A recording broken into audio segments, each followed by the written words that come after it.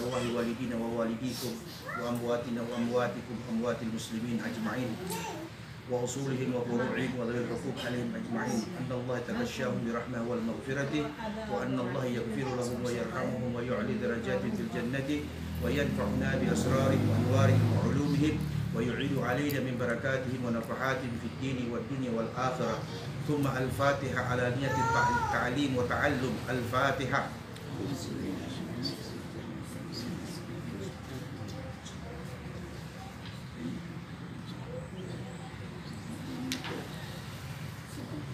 Bismillahirrahmanirrahim. Alhamdulillahirabbil alamin.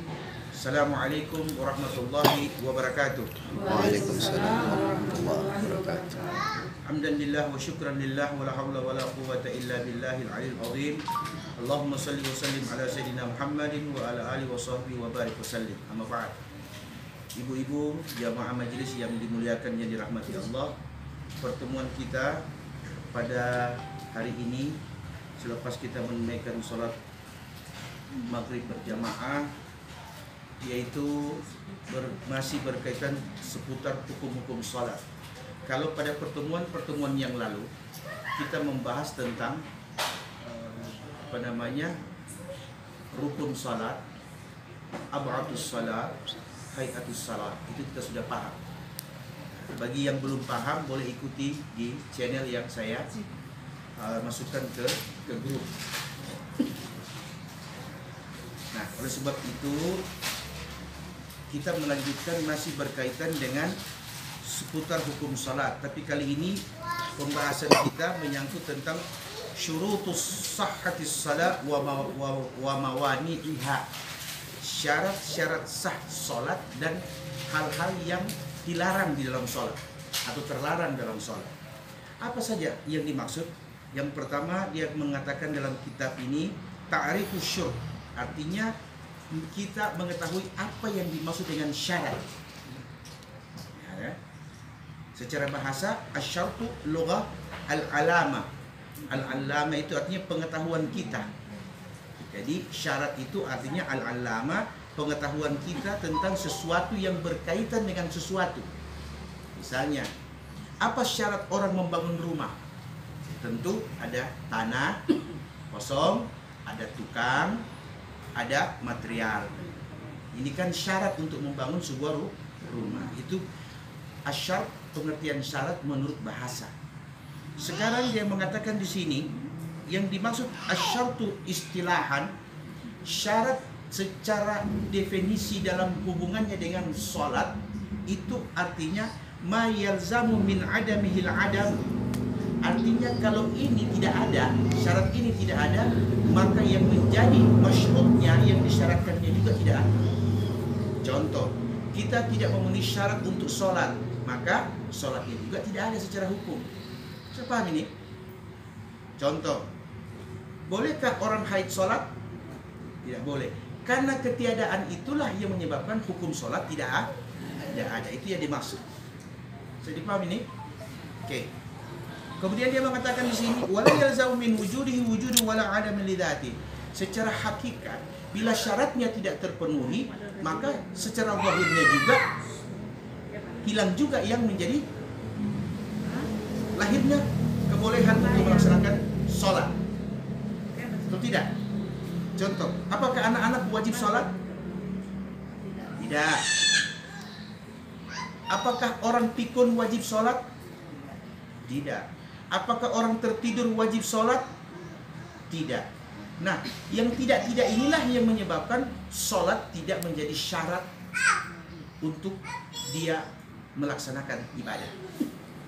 Memang agak bingung sedikit ini ya, tapi penjelasan kitab ini harus dilakukan sesuai dengan ini. Nanti kita ambil dia punya sinkronnya. Kemudian di sini dia katakan syurutus salat qisman.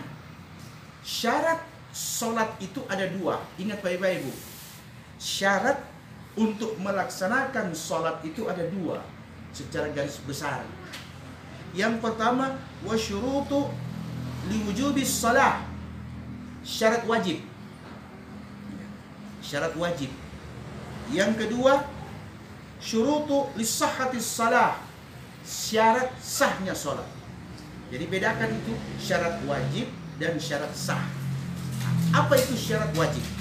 Perhatikan.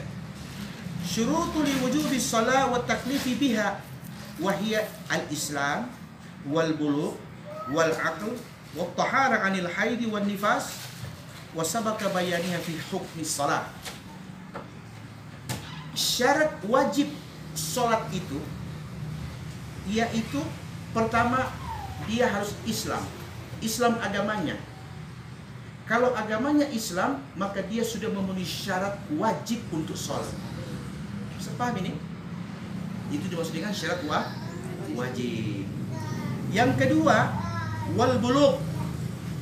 Walaupun agamanya Islam, tapi kalau dia belum mencapai akil balik, belum memenuhi syarat wajib. Anak-anak yang belum akil balik, belum wajib sholat, berarti dia belum memenuhi syarat untuk sholat. Itu dinamakan disyuruti wujubi shalah. Yang ketiga, ya, syarat wajib sholat adalah al-aql. Al-aql ini artinya walaupun dia Islam, dia sudah akil balik, tapi tidak sempurna akalnya, maka belum wajib untuk sholat, belum memenuhi syarat wajib. Contoh, sudah usia 17 tahun tapi mengalami apa itu? Semacam idiot itu, apa DP nama itu? Autis apa DP nama itu? Nah, orang seperti ini tidak memenuhi syarat wajib sholat karena akalnya tidak sempurna. Nah, itu yang dimaksud al-aql, syarat yang ketiga. Bisa dipahami ini? Syarat yang ketiga. Syarat yang keempat, dia mengatakan di sini wa tahara 'anil haid wan nifas. Bila dia wanita, dia tidak ada haid dan dia juga tidak nifas, maka dia memenuhi syarat wajib untuk sholat. Bisa dipahami ini, Ibu?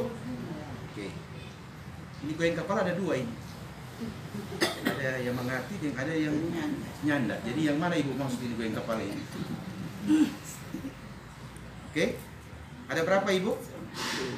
Ada berapa syarat wajib sholat? Syurutus sholat, syarat wajib sholat berapa? Islam, balik, berakal, bersih dari haid dan nifas. Tapi Ustadz, ada wanita dia tidak hanya tidak nifas tapi keluar darah. Nah, itu tidak masuk. Tetap wajib sholat. Namanya darah istihadah. Makanya kan kemarin kan sudah diperkenalkan, kan sudah dijelaskan apa itu darah-darah haid, darah nifas dan darah istihadah. Atau belum? Sudah kan? Jadi yang tidak wajib sholat, memenuhi syarat wajib sholat adalah yang haid dan nifas. Adapun yang keluar darah, mungkin karena penyakit, bukan waktu haid, bukan waktu melahirkan, maka dia tetap wajib sholat sekalipun darah keluar. Caranya bagaimana? Setiap waktu masuk waktu sholat, bersihkan tempat keluarnya darah, pakai pembalut dan sholat sekalipun darah masih keluar. Karena itu bukan darah nifas dan bukan darah haid, bukan waktu haid dan bukan waktu nifas. Disebut dengan ad-damul ma'fu, darah yang dimaafkan. Paham ini? Sebab kalau dia menganggap bahwa darah istihadah itu juga bagian salah satu di antara darah haid dan darah nifas, berarti sepanjang dia sakit nggak sampai sembahyang. Begitu.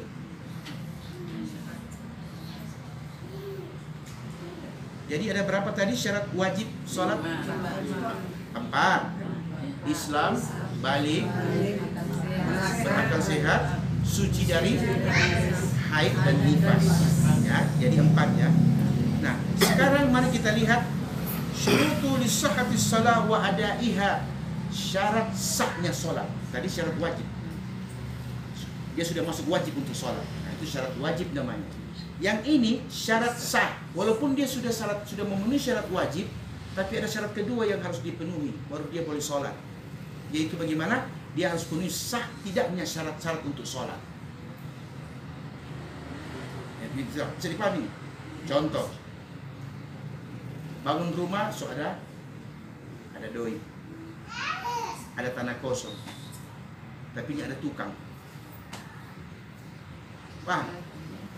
Berarti secara syarat dia sudah memenuhi syarat untuk membangun. Tapi tidak ada tukang. Tukang inilah yang akan menyelesaikan pembangunan itu sekalipun uang dan tempat ada. paham? Nah, itu syarat sahnya. Jadi untuk bisa terlaksananya pembangunan rumah itu harus dipenuhi syarat yang kedua, namanya syarat sah sholat. Apa itu? Yang pertama, dia mengatakan at-tahara minal hadath, harus suci dari kotoran. Kan tadi sudah memenuhi syarat wajib tuh tadi. Sekarang untuk sahnya sholat, dia harus memenuhi syarat sah.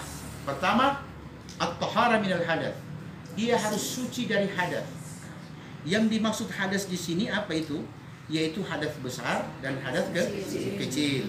Kemudian wat-tahara minan najas, dia juga harus bersih dari najis, tidak boleh ada najis, baik di tempatnya sholat maupun di tubuhnya. Contoh, lupa waktu sholat, tiba-tiba ada darah haid yang keluar, kena dicipu, ya toh? Karena sibuk, kena apa? Lupa kasih bersih. Tiba-tiba waktu masuk sholat dia masih mengingat bahwa dia masih belum haid, dia pakailah itu tidak memenuhi syarat, karena ada najis darah di pakaiannya. Jadi paham ini? Jadi yang pertama, syarat sah untuk sholat pertama harus suci dari hadas. Kedua harus suci dari najis. Yang ketiga wasitrul aurah. Ya, wasitrul aurah. Tidak.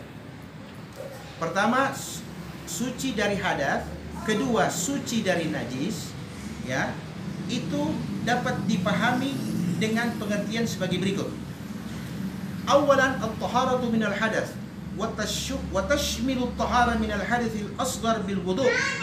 Untuk menghilangkan hadas kecil. Hadas kecil, orang tidak junub, orang tidak haid, orang tidak nifas, orang memenuhi syarat wajib salat. Nah, di sini dia katakan penuhi syarat sahnya. Apa itu? Harus suci daripada hadas kecil. Nah, hadas kecil di sini berarti ibu mesti berwudu. Jadi wudu itu syarat sahnya sholat, bukan syarat wajib. Bedakan itu. Karena dalam pengertian hukum fikih itu nanti kita akan bingung ketika kita ada masalah di waktu sholat. Kita ini maksud di mana kita ini? Di wajib apa di sah? Karena dua-dua ini tidak membolehkan orang sholat bila ada yang kurang. Jadi kalau orang sembahyang pun tidak ada pahala, dosa yang ada karena orang tidak paham tentang itu sah dan wajibnya sholat. Saya ulangi, wajib sholat ada berapa? 4. Harus Islam. Berarti yang non-muslim tidak sah sholat. Yang kedua harus akil balik. Akil balik bagi laki-laki diawali dengan mimpi basah. Bagi perempuan haid pertama. Wanita yang dapat haid pertama, selepas dia suci, jatuhlah hukum memenuhi wajib untuk sholat. Ya. Kemudian berakal. Dia harus akal sempurna. Dia tahu bahwa ini ruku, ini sujud, ini doa, ini zikir. Dia harus paham itu. Kemudian syarat yang kedua adalah sahnya. Sekarang sudah wajib, sudah terpenuhi. Sekarang bagaimana supaya kita bisa sampaikan sah? Untuk mendapatkan sahnya sholat, yaitu pertama kita harus suci daripada hadas. Hadas kecil, ya. Hadas kecil itu adalah dengan berwudu. Ibu tidak haid, tidak nifas, tidak junub, maka ibu datang waktu sholat, hilangkan hadas kecil itu dengan cara berwudu. Jadi wudu itu gunanya menghilangkan hadas kecil. Kan orang waktu masuk kamar mandi, orang keluar kan orangnya berwudu. Orang mau buang air, orang mau baca cebok, mau apa kan tidak wudu. Ya kan begitu kan? Orang hanya istinja. Tapi istinja itu bukan syarat sah sholat. Bukan. Itu syarat untuk bersuci. Nah, jadi untuk mendapatkan syarat sahnya sholat, ibu harus berwudu. Bisa paham ini? Oke. Kemudian dia katakan di sini bukan cuman badan, yang harus suci pakaian juga. Sekarang orang tidak ada hadas kecil, orang sudah berwudu, tapi pakaian ada najis, tidak memenuhi syarat sah sholat. Kalau dilaksanakan, ibu tidak mengerjakan secara hukum dan itu tidak sah sholat. Berikut wa taharatul makan. Badan apa namanya? Suci karena sudah berwudu. Baju, pakaian suci, bersih. Tapi tempatnya, tempat kita sholat ada najis, tidak sah lagi sholatnya. Jadi ada 3: suci badan, suci pakaian, suci tempat. Jadi paham ini? Makanya kenapa ulama-ulama mengatakan bagi wanita yang wajib sholat dan memenuhi syarat sahnya sholat, sebaiknya waktu sholat, mohon maaf, melepaskan pakaian dalamnya. Karena biasanya wanita tidak sadar ada sesuatu yang keluar. Nah, daripada wiswas, lepaskan. Kecuali dia yakin bahwa tidak ada itu, dia memakai pakaian dalam baru, nah, itu tidak mengapa ya. Tapi kalau itu yang berulang-ulang, sebaiknya dilepas. Makanya kenapa hikmah salah satunya wanita sholat berjamaah tidak boleh di depan laki-laki, karena wanita ini tidak pakai pakaian dalam. Pikiran laki-laki melayang-layang ke awan-awan. Jadi paham ini? Berikut, apa yang dimaksud dengan taharatul badan minan najasa? Suci najis dari tubuh. Apa yang dia maksud di sini? Dia mengatakan di sini, inna taharatal badani anin najasati syartun fi sihhatis shalah. Sesungguhnya suci badan dari najis merupakan satu syarat sahnya salat. Sebagaimana dalam sebuah sabdanya Nabi mengatakan, tanazzahu minal baul. Sucikan, bersihkan dirimu dari kencing. Fa inna ammatan adzabul qabri minhu. Karena banyak orang yang disiksa di alam barzakh karena ada najis yang sering menempel di tubuhnya. Kencing tidak cebok. Okay. Dia bacebok, tapi berdiri, terpancar di badan. Lantai, anak-anak kencing, cuma lap dengan kain basah. Betul tidak ada bau, betul tidak ada warna, tapi najisnya masih ada. Caranya bagaimana? Harus disiram lantai ini. Pel tidak menghilangkan najis. Kenapa begitu? Sekarang sudah ambil kain basah, angka begini, ada najis yang tertinggal yang sudah kering. Datang kita ambil air wudhu basah, kemudian injak di situ, melekat lagi tidak? Ini dimaksud. Bisa dipahami ini? Kemudian di sini dia katakan, Nabi mengatakan, sesungguhnya secara umum siksaan kubur itu disebabkan karena lalainya orang dalam memperhatikan soal najis, kencing. Wa qauluhu sallallahu alaihi wasallam fil ladaini yu'adzibani fi gabrihima.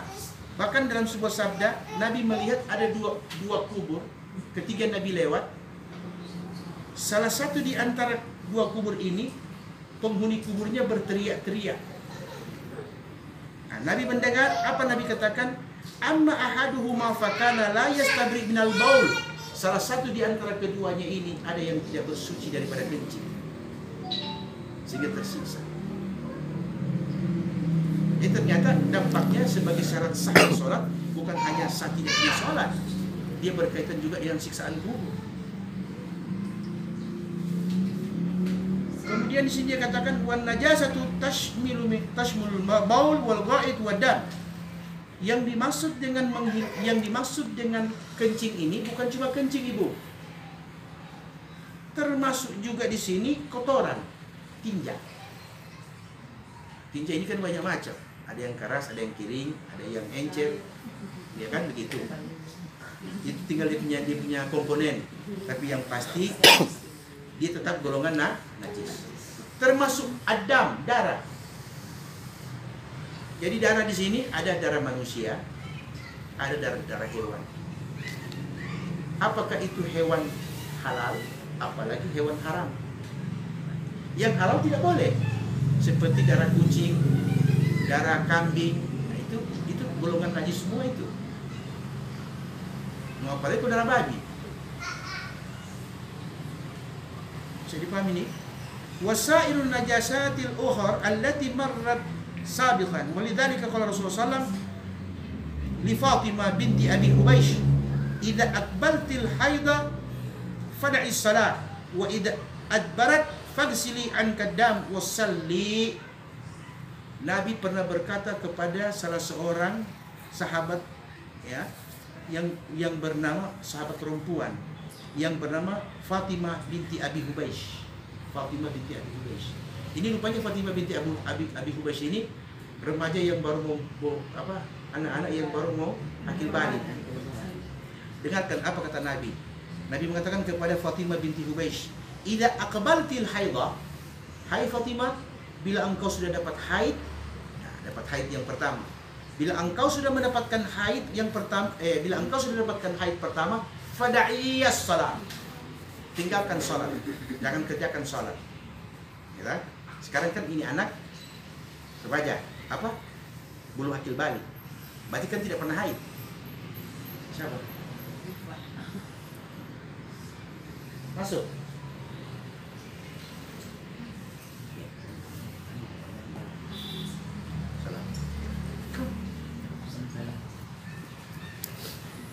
Kata Nabi kepada Fatimah binti Hubaysh, "Idza aqbalti." Hai Fatimah, bila engkau dapat haid, maksudnya haid pertama ini. Berarti mulai dari hari pertama dapat haid dan pertama kali dalam hidupnya. Karena baru mau akil balik kan. Nabi bilang, "Fada'i shalah." Selama kau haid tidak boleh salat. Tidak boleh salat, kata Nabi. Tapi Nabi kemudian mengatakan, "Wa idza adbarat." Tapi kau sudah selesai haidmu, fagsili, mandi junub. Kemudian Nabi mengatakan, fagsili angkat dam wasalli, bersihkan tempat keluarnya darahmu itu, kemudian sok mandi junub dan sholat. Bisa dipahami nih Ibu?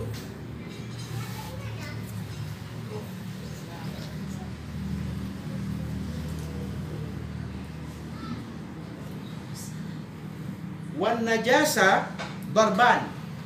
Najis itu ada dua macam. Ada dua macam.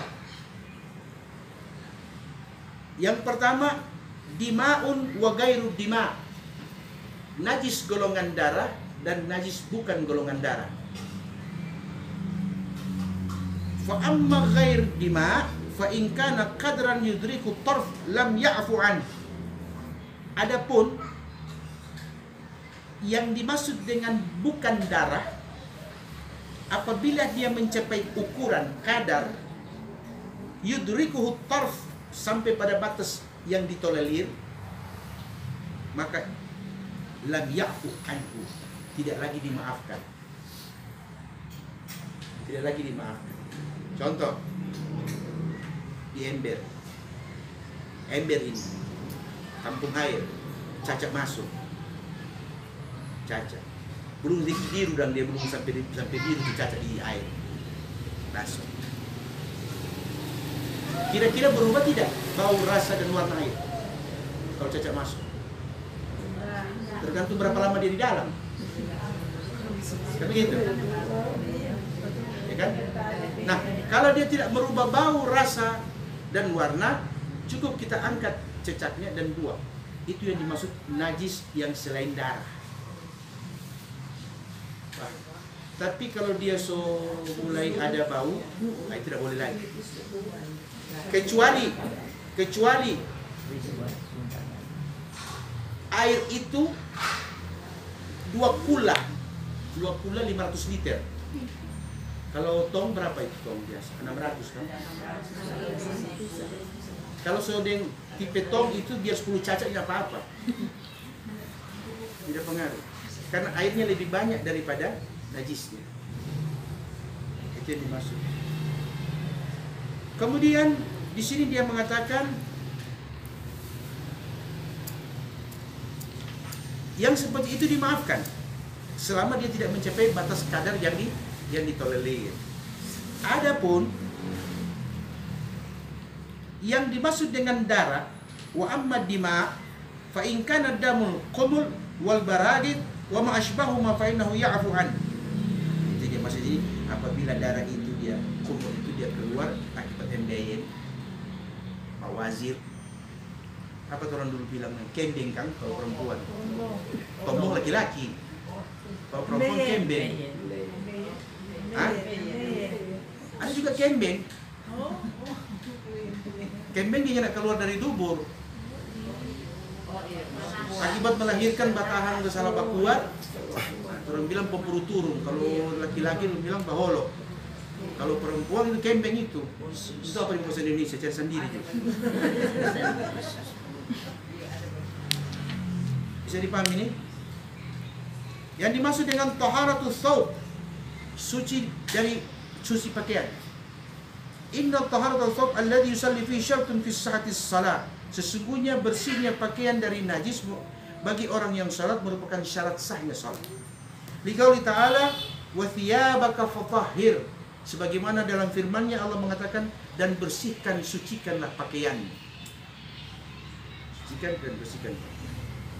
Faqalat, kemudian Nabi berkata dalam sebuah sabda riwayat Imam Abu Hurairah, anna Hawla binti Yasar atatin Nabi sallallahu alaihi wasallam faqal ya Rasulullah innahu laisa li illa thawbun wahid wa ana ahyuk fi fa kaifa asna. Qal idza tahurti faghsilihi thumma shalla alayhi. Faqalat fa in lam yakhruj dam qal yakfika ghusl dam wa la yadurruka athar. Fa thabata al-amru bi ijtinabin najis. Dengar artinya. Nabi berkata kepada Hawla binti Yasar. Hawla binti Yasar ini seorang sahabat wanita ya. Dia berkata, ya Rasulullah, innahu laisa li illa thawbun wahid. Sesungguhnya saya tidak ada pakaian kecuali cuma satu tapi baju. Dulu memang pakaian setengah mati. Karena dulu belum ada konveksi. Jadi pakaian mencari sendiri-sendiri. Tenun. Makanya orang dulu kalau cuma punya satu pasang wajar. Cuma punya dua pasang wajar. Karena tidak diproduksi massal, belum ada pabrik. Makanya dulu orang pakai tenun. Jadi riwayat seperti ini terjadi. Hawla binti Yasar bilang, Rasulullah, saya kesini punya baju cuma satu. Karena susah. Kok bagaimana dan kita mau sampai? Ini kan menyangkut tentang syarat sah yang berkaitan dengan pakaian. Kemudian ketika dia bertanya kepada Nabi Shallallahu Alaihi Wasallam tentang hal itu, dia mengatakan, wa ana ahyab fi. Sedangkan saya ini ada haid. Dia bilang, kita baju cuma satu, tapi kita ada haid. Fa kaifa asna? Apa yang kita mau bikin? Maksudnya, ini haid kan keluar. Sekarang kalau disuruh bersih, berarti kita kan cuma pakai cuci. Kok bagaimana dan kita ini? Begitu dia maksud. Fa kaifa asna? Oh, Nabi mengatakan begini, perhatikan ini. Idza tahurti, bila kau sudah suci, maksudnya sudah berhenti haid. Ini kasus untuk perempuan yang punya satu baju. Fagsilihi, kasih bersih saja itu tempat keluarnya darah. Kalau ada darah yang keluar melekat di bajumu yang satu itu, kasih bersih juga itu darah. Oke. Tsumma shalli alaihi. Kemudian dengan pakaian itu kau sholat. Dengan pakaian itu kau sholat. Faqalat, tapi dia kata lagi. Si siapa namanya ini? Si Khawla binti Yasar. Dia bilang, fa illam yakhruj dam. Apakah ketika tidak keluar darah? Maksudnya kan ketika keluar darah. Berarti kan ketika keluar darah kan masih haid, tidak boleh sholat. Nabi mengatakan, yakfi ghusl dam. Kalau darahmu sudah tidak keluar, cukup bagimu itu membersihkan darahnya saja. Maksudnya darah di baju. Kalau di tempat keluarnya darah kan sudah dikasih bersih. Wala yadurruka athar.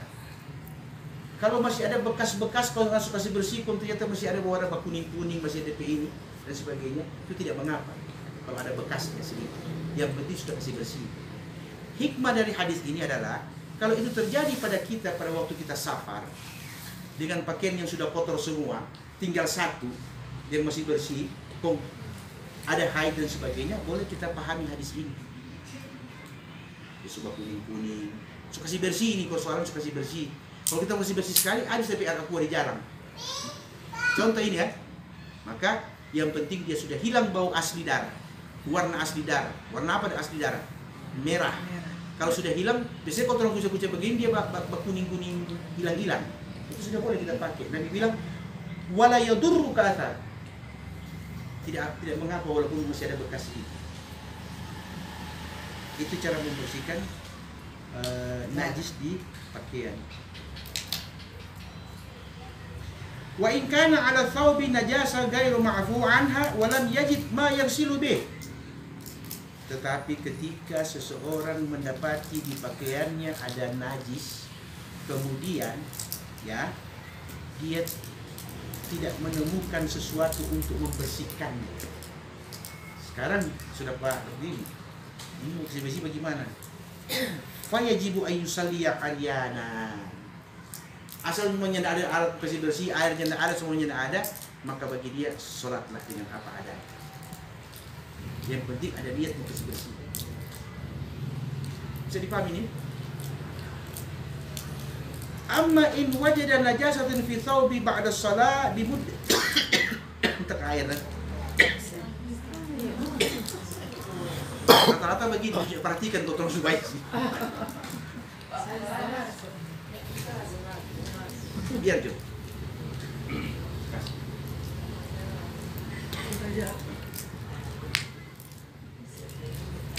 Nah. Perhatikan lagi ini kelanjutan. Wa amma in wajada najasatan fi thawbihi ba'da shalah bi muddati fala syai' alayh in ihtamilu huduthiha ba'da shalah lil qa'idati al-fiqhiyah anna al-asla fi kulli hadithin taqdir wujudi fi aqrabi zaman. So habis sampai berapa tahu kalau ada najis. Orang yakin kan sudah enggak, sudah bersih badan, sudah sampai. Dia habis sampai berapa tahu?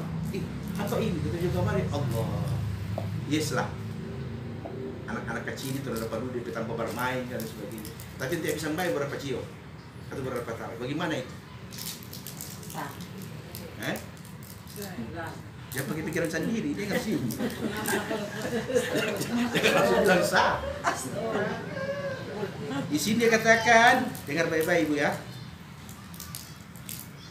Fala syai' alaih in ihtimil ahuluthiha ba'da as-salah lil qa'idah al-fiqhiyah anna al-asla fi kulli hadithin taqdir wujudi fil aqrabu zaman wa qabla dhalik fal aslu adamu wujudi lakin mustahab an yu'idu as-salah. Habis sampai berapa tahun najis, maka dia tidak wajib untuk sholat lagi, tapi disunahkan kalau mau sholat lagi.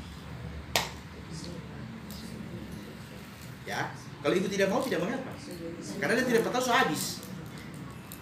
Sepaham ini? Ya. Jadi dibolehkan kita untuk tidak mengerjakan, tapi dalam kaidah dikatakan sebaiknya kalau Anda wiswas, Anda ulangi sholat. Berarti kalau orang ulangi ada beberapa pahala? Dua. Pahala wajib sholat dan pahala sunnah. Agama itu Masya Allah luar biasa itu. Allah punya janji pahala. Kata Nabi, cuma manusia pemalas mencari pahala. Allah itu maha luas dengan pahalanya, tapi manusia yang malas cari pahala. Nabi sampai bersumpah loh. Nabi sampai mengatakan, wallahi, demi Allah, Allah tidak pernah bosan memberikan rahmat dan pahala kepada manusia. Hanya manusia yang kadang-kadang tidak suka mencari pahala. Kemudian dikatakan, wa in waqa'atin najasa 'ala thawbi athna'is salat batlatis salat wa yajibu i'adatuha. Ini lagi beda. Sebentar sembahyang ini. Baru 2 rakaat tuh. Sebentar sembahyang ini. Tadi kan habis sembahyang berapa tahun? Ini sementara sembahyang baru 2 rakaat, atau 1 rakaat terus dapat deteksi hidung sebagara, Allah rajal, sholatnya batal. Wajib bersihkan dan ulangi sholatnya, bukan sunnah tapi wajib ulangi. Ada pertanyaan? Terus mau berhenti suruh isya itu.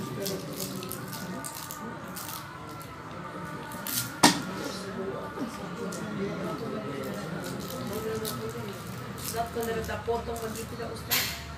Bersih dan tutupi. Sudah ditutupi sholat. Dari mana Dari jauh? kasih bersih saja, kasih bersih walaupun masih ada bekas tidak mengapa.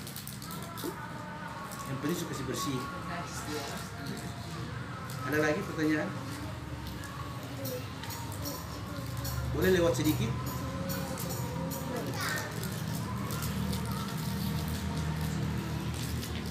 Di sini lagi dia katakan, wa in waqa'ati najasatun 'ala thawbi athna'is salat batalat salatu wa yajibu i'adatuha wa yajibu ghuslu mawdi'un najasah. Jadi ketika dia sementara sholat dia dapat tahu ada najis, batal sholatnya, wajib bagi dia untuk membersihkan kemudian mengulangi sholatnya dengan dari awal, bukan melanjutkan.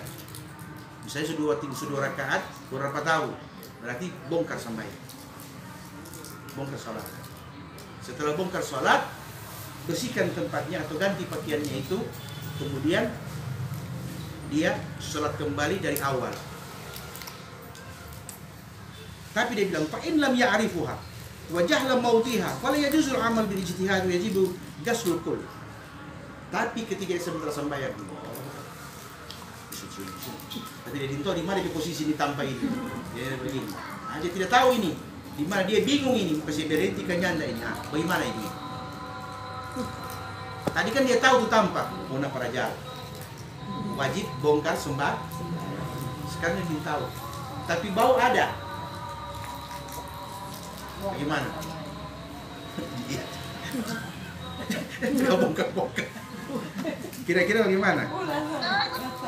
Nah, dengar penjelasan. Fa in lam ya'rifuha, sekiranya dia tidak tahu di mana tempatnya itu najis, di mana posisi itu najis itu, tapi bisa terdeteksi. Di sini dia bilang fi kulli hadin di sini dia mengatakan wajahula maudi'aha, dan dia tidak tahu di mana posisi persisnya itu najis. Di sini dia katakan fala yajuzul amal bil ijtihad wa yajibu ghusl kull. Artinya maka dia tidak dibolehkan mengambil pendapat sendiri. Sampai haji tadi dah. Tidak boleh. Fala yajibu ijtihad amal. Langsung dicidakkan sendirinya dan lanjut jo. Tidak boleh katanya. Dia bilang di sini yang harus dilakukan adalah ghaslul kull. Ghaslul kull itu artinya dia punya sholat dari awal hingga akhir batal, maka wajib dia membersihkan semua pakaiannya itu, cuci. Kalau dia tahu kan cuma dia psikologi itu yang mana ada, tapi ketika dia tidak tahu posisi di mana, berarti semua itu baju mesti cuci. Sepaham ini? Kasus seperti ini tidak masalah pada orang, karena orang banyak air. Tapi kalau di negeri-negeri yang kurang air itu jadi masalah. Mana mau pakai, mau jim bersih atau mau mati dengan minyak minum? Ya kan begitu. Boleh?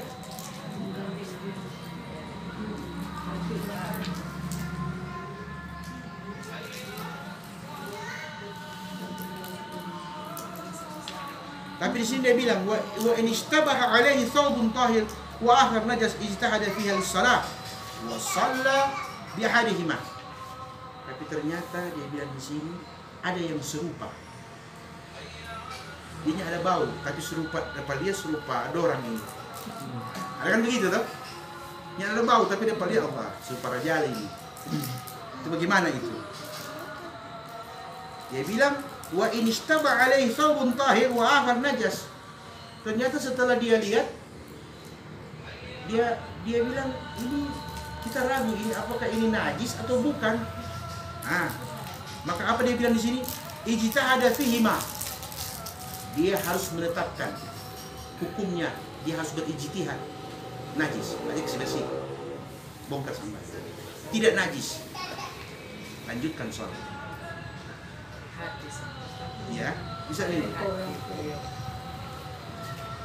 Wasalla bi ahadihima, boleh dia sholat, boleh juga dia tidak. Maksudnya di sini bukan tidak sholat, bongkar sambayangnya, bersihkan pakaian dari najisnya, kemudian ulangi sholat. Bisa juga dia lanjutkan. Itu kalau yang serupa najis. Yang serupa najis. Yang diperkirakan menimbulkan wiswas di waktu kita mau sholat. Wa in hamala al-musalli waladan aw hayawanan tahir fi salati. Kalau orang sembahyang kon tiba-tiba ada tusak atau ada binatang suci atau ada bayi, dia bilang wa in hamal al-musalli, bila seorang yang sholat ini ada berpegang anak, tahu sembahyang toh, ada anak kecil dah, kecil. Ini anak ini di papa ada pekerja, di rumahnya ada khadam, cuma dia ini anak dia taruh di sini, di tempat dia mau sholat, bukan di tempat dia sujud, di sajadah toh, taruh di sini. Berarti tempat sholat itu namanya kan? Atau dia taruh ular, apa ular? Tusak. Di sini sampai. Di sini dia jelaskan begini. Dia bilang di sini mana tadi?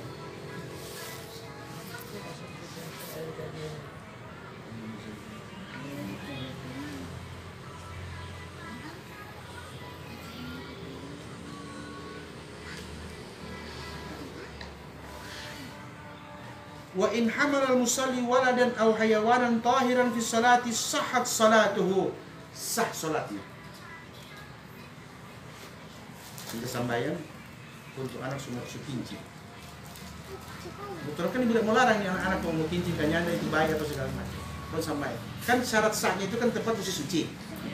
Sekarang ada anak, ada binatang suci kayak tusa, ya, yang orang khawatir dia mau ditaruh di sini.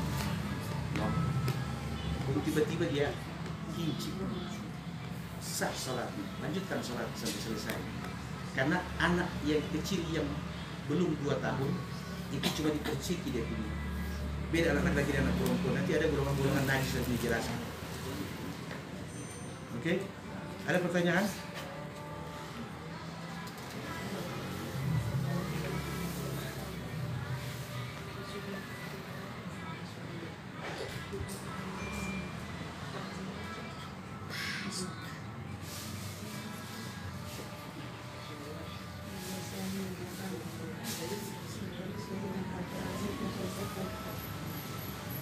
Termasuk juga orang yang sholat pakai hair tonic. Dia pakai hair tonic. Tahu itu hair tonic? Hair tonic itu ada 2 macam. Ada yang natural, ada yang alkohol. Nah, itu tidak apa itu dipenang dia juga anu di rambu-rambu itu. Hairspray dan sebagainya membatalkan sholat. Selama dia masih mengandung alkohol, karena alkohol itu najis. Qaliluhu wa kathiruhu haram, kata Nabi. Musadiki mau banyak tetap haram. Alkohol. Termasuk juga pembersih muka. Pembersih muka, apa nama itu? Toner yang ada alkohol. Habis dia wudu, toh kadang-kadang dia mau pakai itu dan sebagainya, dia sholat. Tidak sah sholatnya. Karena ada alkohol melekat di pori-porinya.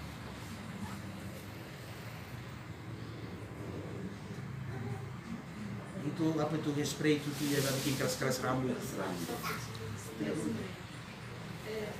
Make up juga begitu. Perhatikan make up. Kalau make up tidak ditembus oleh air, tidak sah sholat. Wudunya tidak sah.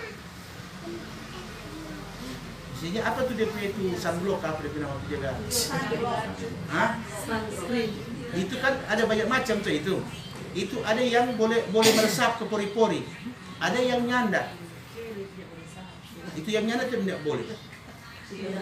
Walaupun apa yang maksudnya di sini itu bersuci itu kulitnya harus merasakan segarnya air, dan air bisa mengangkat debu kotoran yang ada di permukaan kulit. Tapi kalau orang setutup, orang selapis, sebenarnya mau diangkat, berarti tidak memenuhi syarat sahnya wudhu. Boleh paham ini?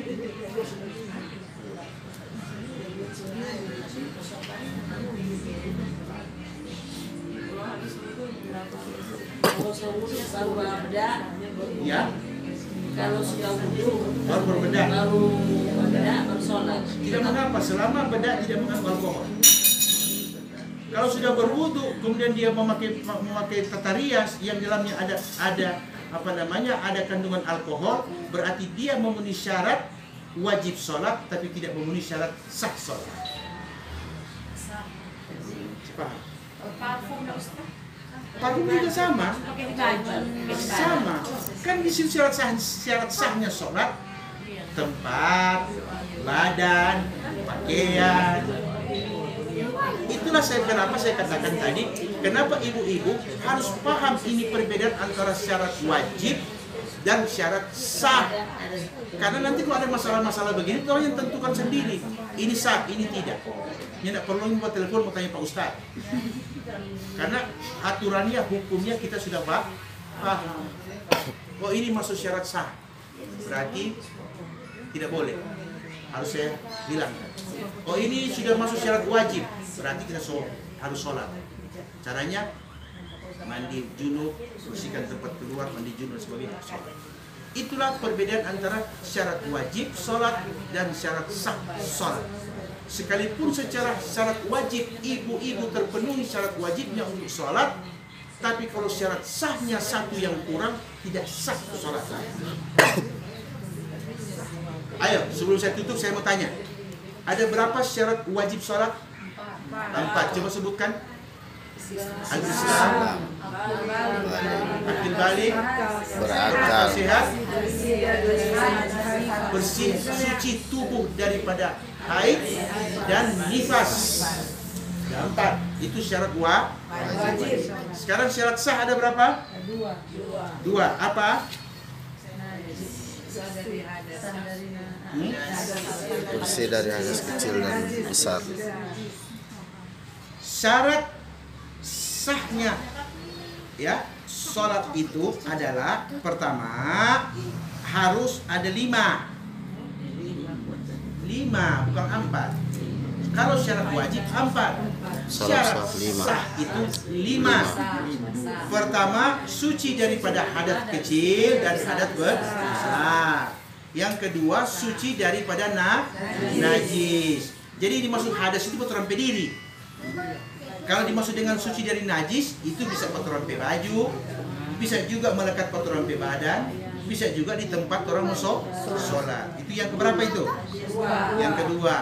Baru yang ketiga apa Ibu? Sitrul aura, menutup aurat. Sekarang itu terpenuhi. Salam.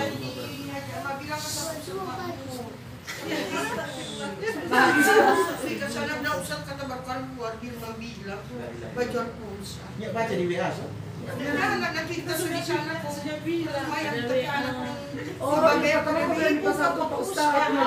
Haji Ahmad ada bilang Cuma kita baca sudah bilang.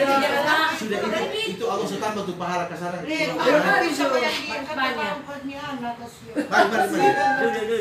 Mari saya. kaget ada tutup semua motor satu di muka. Mari Bu Haji. Mari. Kita lanjutkan. Yang pertama apa? Syarat sah sholat. Bersih daripada hadas besar, hadas kecil. Yang kedua bersih daripada najis. Nah, yang ketiga sitrul aura, menutup aurat. Yang di mana yang dimaksud aurat? Siapa yang bilang begitu? Kita belum jelaskan, kita belum sampai kesimpulan. Jadi ini harus perhatikan. Kita tahu dulu, nanti dijelaskan di kelanjutan yang mana batas-batas aurat perempuan dan mana yang aurat yang tidak boleh nampak dan yang boleh nampak. Oke? Wadukhul waqt, tidak boleh salat kalau belum masuk waktunya. Berarti harus tahu dulu pengetahuan tentang waktu salat. Oh, sudah masuk waktu zuhur, maka sudah memenuhi syarat sah untuk salat. Betul tidak? Kalau sampai jam 11 boleh. Apa yang menyebabkan itu tidak boleh? Karena belum waktunya. Ini seberapa itu? Ya? Coba ulang. Syarat sah. Suci dari hadas besar, hadas kecil. Suci dari najis. Najis itu bisa di baju, bisa melekat di badan, bisa juga melekat di tempat kita sholat. Itu harus bersih. Yang kedua itu. Yang ketiga, menutup aurat. Oke. Yang keempat, mengetahui waktunya, waktu sholat. Jadi sholat sesuai waktunya. Nah, kemudian yang kelima apa? Belum tahu. Istiqbalul qiblah, Menghadap kiblat. Inilah 5 syarat menjadi sahnya sholatnya seorang muslim. Kalau dia sampai tidak menghadap kiblat, maka tidak sah sholatnya. Dia sholat masih ada hadas, tidak sah sholat. Dia sholat masih ada najis di baju, badan, tempat sholat, tidak sah sholat. Dia sholat tidak memenuhi standar tutup aurat, tidak sah sholatnya. Sekalipun sudah memenuhi wajib sholat. Saya ulangi. Ada berapa syarat wajib sholat? 4.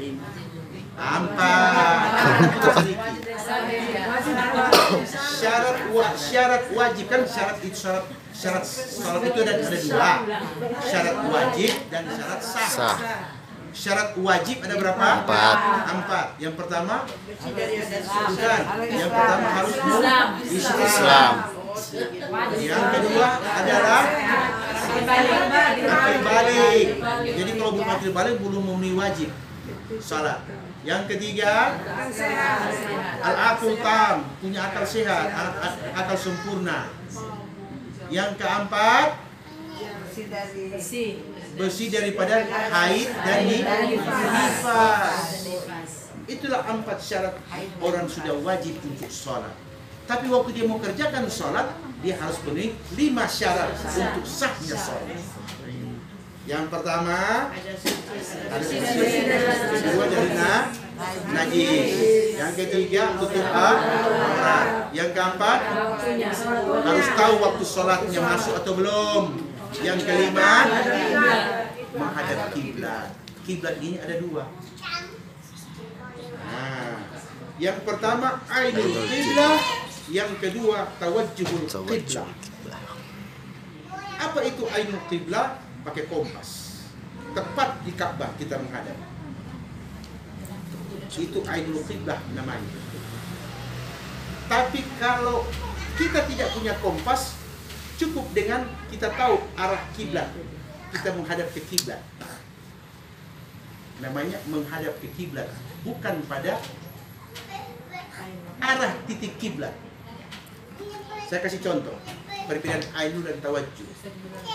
Ibu-ibu ini dengan bapak-bapak ini sedang menghadap saya atau sedang membelakangi? Dari mana ibu-ibu tahu bahwa ibu menghadap saya? Karena dia saling bertatapan. Tapi pertanyaan pertama itu, pertanyaan kedua, yang mana yang bertepatan langsung dengan saya? Bertepatan siapa dia? Kaki nani. Nah, itu ainul qiblah namanya. Kalau yang ibu-ibu menghadap ke saya menghadap ke ibu. Tawajjuh qiblah namanya. Makanya ketika ada pembangunan masjid, kalau sudah terlanjur dibangun, yang penting dia menghadap kiblat. Tidak usah disorot di pesawat. Itu namanya tawajjuh qiblah. Kalau baru mau bangun, nah itu harus ukur pakai kompas, pakai ilmu falak, cari tempat kiblat. Nah, itu namanya ainul qiblah. Jadi paham ini? Ustaz, terus berjalan Ustaz. Ketika cerita itu matahari terbenam Ustaz. Menghadap kiblat agak Kita orang di sini sholat tidak menghadap matahari terbenam. matahari terbit. Di mana-mana Ustaz di Iya. sini dah. Kita tidak menghadap matahari, tapi kita menghadap ke arah timur yang di dalamnya diperkirakan di situlah letak Ka'bah. Kan Ka'bah itu di timur tengah. Berarti yang di utara, yang di selatan, yang di mana pun tetap dia menghadap ke timur. Coba perhatikan matahari itu. Dia turun ke kiblat di masjid. Waktu saya itu, ini matahari turun ke kiblat lagi. Betul tidak? Coba perhatikan, ini masjid ini. Kiblat. Komputer itu matahari terbit sebelah mana? Sebelah sini matahari. Orang berdiri dari kiblat ini. Karena orang bukan menghadap matahari. Orang mengikuti waktunya matahari soal waktu, tapi soal kiblat mengikuti Ka'bah. Sepaham ini? Berarti kita menghadap ini. Kalau sekarang Ustaz, bagaimana kalau kita menghadap matahari? Itu namanya tawajuh ke arah timur. Tapi kalau Anda sorong begini tepat ke Ka'bah, itu ainul qiblah namanya. Paham? Mau tanya, kalau hari Jumat kan biasa kalau azan waktu, orang kan perempuan di rumah. So wajib sholat itu katanya nanti tunggu turun habis Jumat, turun dari Jumat baru turun bisa sholat. Apa itu? Turun hari Jumat. Tidak. Dohor. Tidak begitu. Kalau sudah waktu. Bila sudah masuk waktu duhur di hari Jumat, itu waktu duhurnya kaum perempuan. Dan waktu Jumatnya kaum laki-laki. Bedakan. Tidak ada syarat harus selesai khutbah laki-laki baru perempuan. Beda hukum. Yang perempuan tidak disuruh sholat Jumat, yang laki-laki diwajibkan. Jadi kan tidak mungkin bertemu. Pas ajan itu Ustaz, ajan kelar. Yang penting kalau sudah azan berarti sudah masuk awal waktu. Kalau sudah azan ya silakan sholat, berarti sudah waktu. Cuma untuk menghormati panggilan Allah, habiskan dulu azannya itu, baru kita qamat untuk sholat. Karena Allah yang memanggil. Kan Allah panggil kamu manusia cuma 3 kali panggil. Ini lebih. Allah memanggil manusia cuma 3 kali. Allah panggil waktu dia lahir. Yang kedua waktu dia sembahyang. Yang ketiga waktu dia pergi haji. Yang keempat mati. Ustaz, boleh tanya, seandainya orang ada dalam perjalanan, ada di Oto kan, baru Ustaz tiba waktu itu, lantaran lima udah meninggalkan waktu, hanya bertayamum di Oto, baru Oto mengadakan sana, dan kali-kali kalau di sebuah belok, cuma ada yang mungkin Ustaz bilang juga, apakah bisa sah itu Ustaz? Itulah makanya perlu ada niat ibu. Itu no. Niat itulah yang menetapkan kita sholat menghadap kiblat, bukan posisi kendaraan. Usalli fardal maghribi 3 raka'atin mustaqbilal qiblat. Kata Quran ketika orang ucapkan itu mustaqbilal qiblat, Allah jawab dengan Qurannya, haitsuma kuntum fawallu wujuhakum, kemanapun arah kendaraanmu itulah kiblat. Karena niatmu yang Allah lihat, bukan itu sopir. Paham? Satu. Kedua, soal tayamum di Oto. Lihat, kadang-kadang ada tai hidung di belakang. Kadang-kadang orang. Ini kalau di Oto penumpang. Kalau di Oto bis, ini umpama di Oto bis kan kasus. Kalau kita di mau, kalau di Oto penumpang. Atau sering tahu semua tidak melekat di situ. Itu tidak. Jadi hal-hal begitu kita hindari saja. Adapun bagi kita yang terjebak macet, terjebak kondisi yang dibolehkan oleh syariat sehingga kita tidak dapat melaksanakan sholat sesuai dengan waktunya, maka sebelum masuk waktu berikut kita sudah niat mengqadha sholat kita. Contoh, terjebak macet di waktu dhuhur, tidak bisa sama sekali sholat kita dalam kendaraan, sedangkan waktu dhuhur sudah mau habis, tidak memungkinkan kita untuk sholat. Apa yang ibu lakukan? Langsung saat itu niat, saya akan mengqadha salat saya. Kalau tidak ada itu tidak boleh sholat qadha. pada waktu itu langsung Nama takhirnya enggak. Tiba waktu Tidak asar. ada takhir dari itu karena pada waktu itu Tiba waktu asar atau enggak pulang kamar jadi ketika waktu duhur sudah mau berakhir dan kita yakin bahwa waktu ini tidak akan bisa kita laksanakan, walaupun akhir waktu sholat, maka segera niatkan dalam hati, saya akan qada sholat saya sesudah sholat asar. Jadi ketika masuk sholat asar sampai di rumah kerjakan asar dulu, karena waktu asar yang masuk, baru kerjakan qada. Jadi paham? Kan sudah dijelaskan yang lalu. Ada 3 bentuk sholat. Sholat tunai, ya, mengulang sholat dan mengqada sholat. Sholat tunai namanya ada'us sholat. Mengulang sholat namanya i'adatus sholat. Mengganti sholat namanya qada'us sholat. Apa itu ada'us sholat? Itu sembahyang sesuai waktunya. Dari awal hingga akhir, terserah mau di waktu mana, yang penting belum berakhir waktu. Oke? Nah, itu namanya sholat tunai. Tidak ada ulang, tidak ada ganti. Tunai, selesai. Tapi ada orang terjebak di antara tunai dengan waktu berikut. Terjebak sembahyang asar, itu paling banyak ibu-ibu di situ.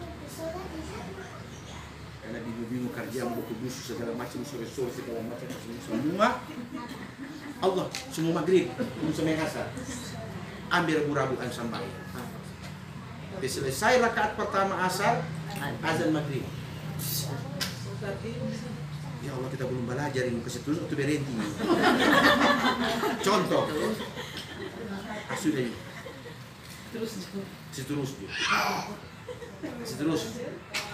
Sampai selesai 4 rakaat asar kan? Berarti sampai ada berapa waktu itu?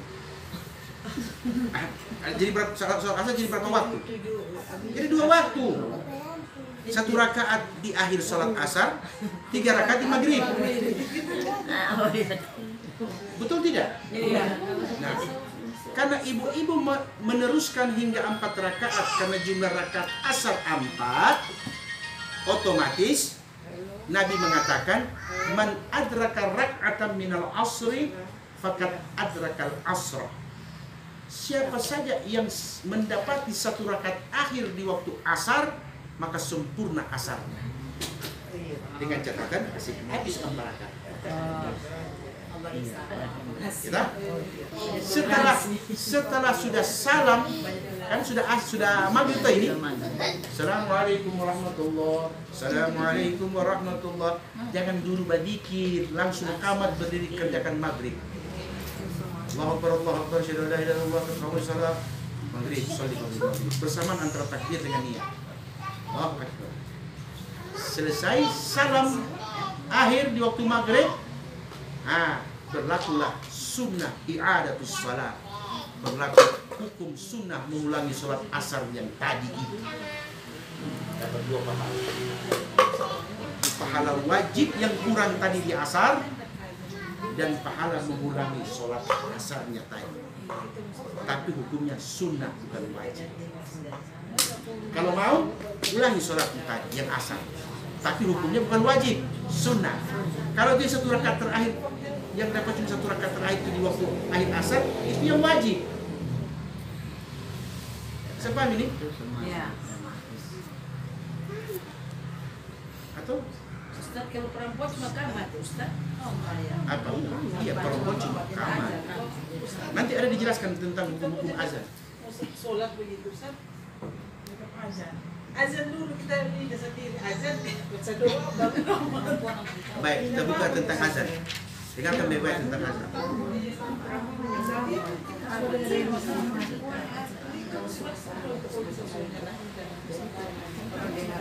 Perhatikan, ibu-ibu perhatikan. An-nida lis-salawati ghairil mafruḍah. Ya. Seruan, panggilan salat yang bukan salat wajib. Sunnah. Berarti kalau salat wajib ada azan, ada qamat. Kalau selain salat 5 waktu, tidak ada azan, tidak ada qamat. Yang ada hanya seruan as-salatu jami'atan rahimakumullah. Itu dia seruan.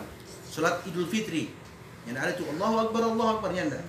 Naibul imam hanya mengucapkan as-salatu jami'atan rahimakumullah. Itu berarti sudah membacakan salat sunnah berjamaah. Begitu juga dengan salat tarawih dan witir.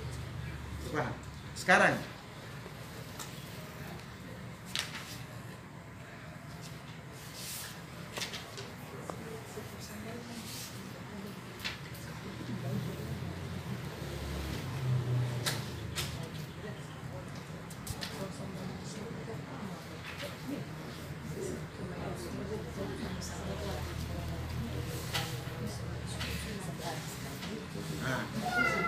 syarat sahnya azan, syurutus sahhatil adzan. Syarat sahnya azan, perhatikan. Syarat sahnya azan yastaritu lis sahhatil adzan iddatul umur. Kama yastaritu fil muadzin iddatul umur wa hiya. Syarat sah azan ada banyak. Sebagaimana syarat muadzin juga ada banyak. Di antaranya syarat sahnya azan, yang azan harus Islam.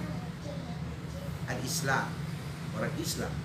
Syarat yang kedua al-aqlu, harus berakal. Jadi kalau itu autis ke apa nama di azan, nggak sah itu sama di azan. Yang ketiga at-tamyiz. At-tamyiz itu sudah akil balik, sudah apa namanya, sudah tahu lah, anak-anak yang sudah akil balik. Tamyiz ya. Yusal fil wajh at-tamyiz wa yasir adzan min as-sabi al-mumayyiz al-aqil. Yang dimaksud dengan tamyiz ini, dia belum mencapai akil balik sempurna. Dia belum dapat mimpi basah anak laki-laki, ya. Maka tapi dia ada akal sehat, dia tahu dan anak-anak dia tahu, dia azan suara bagus. Maka ini katakan wa yasirul adzan min as-sabi, sahnya azannya anak-anak yang sudah mumayyiz. Berarti dia belum dapat mimpi basah. Kemudian li'annahu min ahli ibadah. Anak-anak yang azan, yang suka azan di masjid, dia digolongkan sebagai orang ahli ibadah. Oke? Yang berikut al-dzukura. Yashtaritu fil muadzin ay yakuna dzakaran walau kana sabiyan mumayyizan fala yasihu adzanul mar'a lirrijal. Disyaratkan bagi seorang yang muadzin yaitu harus laki-laki. Walau kana sabiyan mumayyizan, sekalipun yang laki-laki itu anak kecil yang belum mumayyiz. Kemudian dia katakan fala yasih adzanul mar'a lirrijal, tidak sah azannya perempuan untuk memanggil laki-laki. Tunggu dulu. Kama la tasihu imamatuha lahum, sebagaimana mereka tidak sah jadi imam bagi laki-laki. Oke? Walau farqa fil rijali bainal maharim wa ghairihim, dan tidak ada perbedaan mau itu dia mahram atau bukan. Contoh, mama, anak laki-laki semua, mau jadi imam, tidak sah. Tidak sah. Dia bilang wala farqa fil rijal bainal maharim wa ghairihim wa idza adnat lirrijal fala ya'taddu bi adaniha amma adanul mar'a li nafsiha aw nisa faqat marra hukmuh. Tapi kalau sesama wanita boleh azan pelan-pelan jangan pada ingat babitnya. Tapi kalau ibu yang jadi imam karena bapaknya kerja di luar, bagi anak-anak bukan untuk mengimami anak-anak niatnya. Boleh itu usalli fardal maghribi 3 rakaat yang imaman, tidak boleh. Niatnya begini, usalli fardal maghribi 3 rakaat mustaqbil qiblati adaan lillahi ta'ala. Kenapa adaan? Karena mereka ini sebagai pendidikan, bukan sebagai syarat sahnya sholat. Oh, kita kok mama kan imaman. Tidak boleh begitu. Karena ini anak-anak ini laki-laki orang. Tidak boleh perempuan mengimami anak laki-laki sekalipun mahramnya. Jadi niatnya bagaimana? Niat sembahyang sendiri, tapi pagi pada rokok atau kau suruh baris belakang. Supaya orang tahu lebih ada sembahyang, kau begini bisa sembahyang. Saya paham ini. Jadi bedakan itu yang paling penting. Inilah yang dimaksud dengan taklim. Dengan bertaklim kita bisa mengetahui hal-hal yang mana yang dimaksud dengan wajib, sunnah dan sebagainya, sehingga ketika kita ibadah sempurna ibadah kita karena hukum-hukum sholat kita paham. Bisa mengerti? Dan sebagai penutup terakhir, ibu-ibu saya sampaikan, sholat adalah sanad ilmu yang langsung bersambung dengan Nabi. Tidak ada antara. Beda dari yang lain. Maksudnya sanad ilmu bagaimana? Dalam hadis kan Nabi mengatakan, "Shallu kama ra'aitumuni usalli." Salatlah kamu sebagaimana kalian melihat aku salat. Nah, Nabi sembahyang. Allahu Akbar, datang waktu subuh. Allahu Akbar, datang waktu zuhur. Allahu Akbar, datang asar, maghrib, isya. Allahu Akbar. Sahabat dia tidak. Sahabat dia. Waktu Nabi ruku, sahabat dia tidak. Waktu Nabi sujud, tahiyat, sahabat dia. Waktu Nabi bikin 2 rakaat subuh, sahabat dia tidak. 4 rakaat zuhur, 4 rakaat asar, 3 rakaat maghrib, dan 4 rakaat isya, sahabat dia tidak itu. Lihat, bahkan ucapan pun sahabat dengar. Sehingga sahabat tahu apa yang diucapkan di waktu ruku, dan di waktu sujud, dan di waktu tahiyat. Itu sahabat lihat. Sahabat lihat langsung. Dorang yang belajar itu. Dorang lihat. Nabi bikin. Kupak. Nabi wafat. Sahabat bikin. Kasih lihat lagi itu sembahyang itu pas apa? Tabiin. DP murid. DP murid lihat bikin. Sahabat wafat. Tabiin. Kasih lihat lagi Pak. Tabiin. Dari tabiin kasih lihat lagi Pak. Atba tabiin. Kemudian kepada ulama salaf. Terus sampai betul sampai abad. Karena kan tidak pakai sekolah kan sambayang ini. Cuma lihat Pak Abah sambayang, Mama sambayang, oh. Makanya jangan suruh anak sambayang. Salah. Suruh anak sambayang salah. Panggil sambayang. Kalau suruh bisa iya, bisa tidak. Tapi kalau panggil, mari ikutin Abah ke masjid. Mari ikutin Mama sama yang di kamar. Panggil. Berarti kalau suruh kan berarti ada 2. Yang bersuruhnya baking. Nah, tapi kalau panggil berarti dua-dua yang bersuruh dan yang berpanggil dua-dua sambayang. Nah, itu lebih beda. Jadi anak-anak jangan disuruh sambayang. Tapi Pak, panggil untuk kasih dia begini sambayang. Saat itu dia bermain-bermain. Ini tidak masalah. Dia mau begini, dia mau bawa mama, begitu dan sebagainya. Ini tidak masalah. Tapi setidak-tidaknya awal kehidupan seorang anak yang dia lihat adalah bagaimana gerakan di waktu sholat ibu dan ayahnya. Seiring bertambah usianya, dia tahu kapan dia mesti bermain dan kapan dia mesti serius. Nah, dari Nabi panggil sampai ke orang beki. Berarti ini ilmu ini sampai pada Nabi enggak? Bersambung tidak sampai pada Nabi? Inilah satu-satunya perintah yang Nabi tunjukkan langsung tanpa dengan ucapan. Langsung dia sanad itu turun ke bawah. Makanya ketika kita tahiyat, kita ucapkan Assalamualaikum ayuhan nabi wa rahmatullahi wa barakatuh. Karena Nabi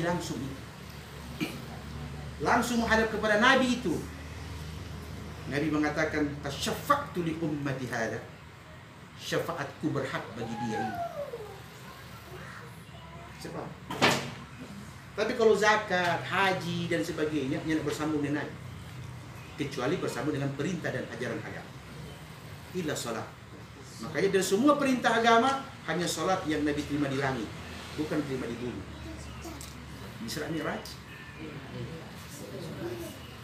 Terima langsung. Makanya orang yang salat kata Nabi, as-salatu mi'rajul mu'minin. Salat itu mi'rajnya orang beriman. Mi'rajnya orang beriman. Bagaimana mau lihat itu mi'raj? Coba lihat. Selama ini haji, zakat, sedekah, apalagi semua itu di bawah Jibril, tidak. Perintah itu dari Allah kepada Jibril, bilang begini, turun Jibril, ya Muhammad, irka'u, rukuk, warka'u ma'arakin. Semua ini perintah itu dibawa oleh malaikat Jibril dalam bentuk wahyu. Tapi ketika Allah akan mewajibkan sholat, Allah tidak pakai Pak Jibril. Allah tidak panggil, Jibril, kenapa nggak bilang begini, Pak Muhammad begini? Tidak. Nah, Allah bilang, Jibril, angkat dan bawa Nabi menghadap aku langsung. Jibril turun. Tak proses, siapkan kendaraan burak. Nabi diangkat dari langit pertama, kedua, ketiga, dan seterusnya. Sampai di Sidratil Muntaha, Jibril bilang, ya Muhammad, minta maaf banyak. Betul, memang Allah dah suruh bagi kita. Tapi mau ke atas, mau mati kita. Muhammad tanya, kenapa Allah jadikan saya punya tubuh ini tidak sanggup untuk menerima zatnya Allah Subhanahu wa Ta'ala? Sedangkan baru firmannya saja gunung hancur lebur ketika Quran diturunkan di atas bukit. Lau anzalna hadzal Quran la ra'aitahu khashi'an mutasaddian min khasyatillah. Sekiranya kau lihat itu Quran kami turunkan hakikatnya di atas bukit, kau lihat bukit itu kan hancur lebur karena dahsyatnya itu firman Allah. Itu baru firman, belum dia zat yang berfirman. Jibril dia bisa. Dia bilang, saya hancur, binasa saya kalau saya paksa antar pengarah ke atas. Kemana itu? Rafraful A'la namanya, tempat Tuhan yang maha tinggi. Wah, Nabi Muhammad bilang, dia baik. Dari bawah dapat tamang, supaya di sini masih tinggal ke kita. Kita mau gimana? Belum pada ke atas. Kalau ini bagaimana? Jibril bilang, pergilah engkau wahai Muhammad dengan kudrat dan izin Allah. Tiba-tiba Nabi terangkat menuju Rabbul Subhanallah.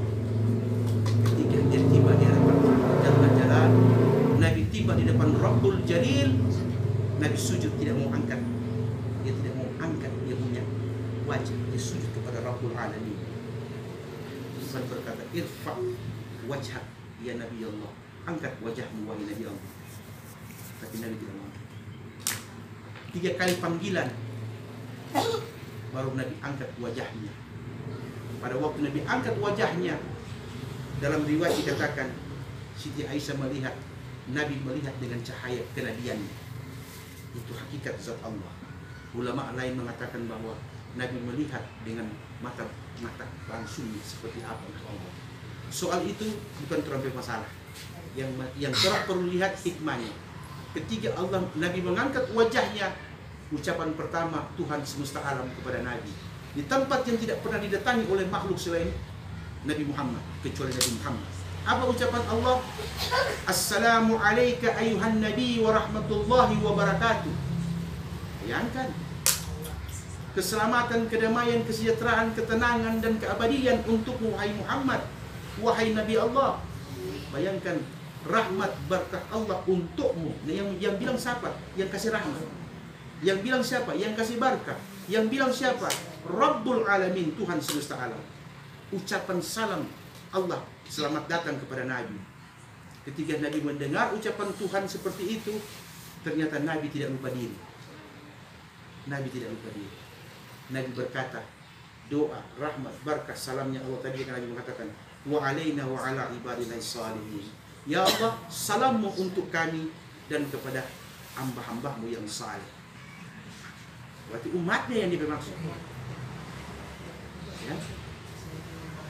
Ya. Orang baru wali kota kasih salam, suruh Pak Birman. Padahal baru wali kota yang kasih salam. Birman sebelum sudah pagi. Ini Tuhan semesta alam. Maka ketika Nabi mendengar ucapan salam itu, Nabi bilang, wa alaina wa ala ibadillahi sholihin. Baru Nabi ucapkan at-tahiyatul mubarakatus sholawatut thayyibatu lillah. Pujian, sanjungan, sumber keberkahan itu milik Allah Subhanahu wa Ta'ala. Bayangkan orang yang salat, dia sedang mengulang kembali ucapan salam dan balasan salam Nabi dengan Tuhan. Itu yang dimaksud dengan mi'rajul mu'minin. Hanya orang beriman dia bisa merasakan dahsyatnya dialog ini. Makanya kalau orang tidak sholat, dia tidak punya empati di hati. Dia tidak punya kasih dan sayang. Dia tidak punya belas kasih. Kenapa? Karena dia tidak pernah melihat bagaimana Nabi ingat kepada orang lain. Atau tidak? Dan itulah yang dimaksud menerima langsung perintah. Allah tidak pakai firman, tapi Allah panggil nabinya, datang. Karena aku mau berurusan dengan engkau dan umatmu sekalian. Tapi agama lain tidak. Semua melalui firman. Dari awal hingga akhir. Sehingga itu Nabi mengatakan, salah satu rahmat yang Allah berikan kepada aku nabinya, yang berdampak kepada umatku adalah Allah jadikan bumi ini di mana saja sebagai tempat untuk sholat. Al-ardu kulluha masjid ilal maqbarah wal hammam, kata Nabi. Bumi mana saja bisa kau tempati untuk sholat, kecuali kubur dan kamar mandi tidak boleh. Tapi umat lain tidak bisa sampai tempat lain. Musik orang pergi gereja, orang ke pura, orang di masjid sampai berjamaah boleh. Sampai berjamaah juga tarawih di lapangan boleh, di mana saja, di pinggir kuala, yang penting bukan kubur kamar mandi. Kita bisa sholat. Itu tidak. Jadi demikianlah ibu-ibu. Wabillahi taufiq wal hidayah. Assalamualaikum warahmatullahi wabarakatuh. Waalaikumsalam.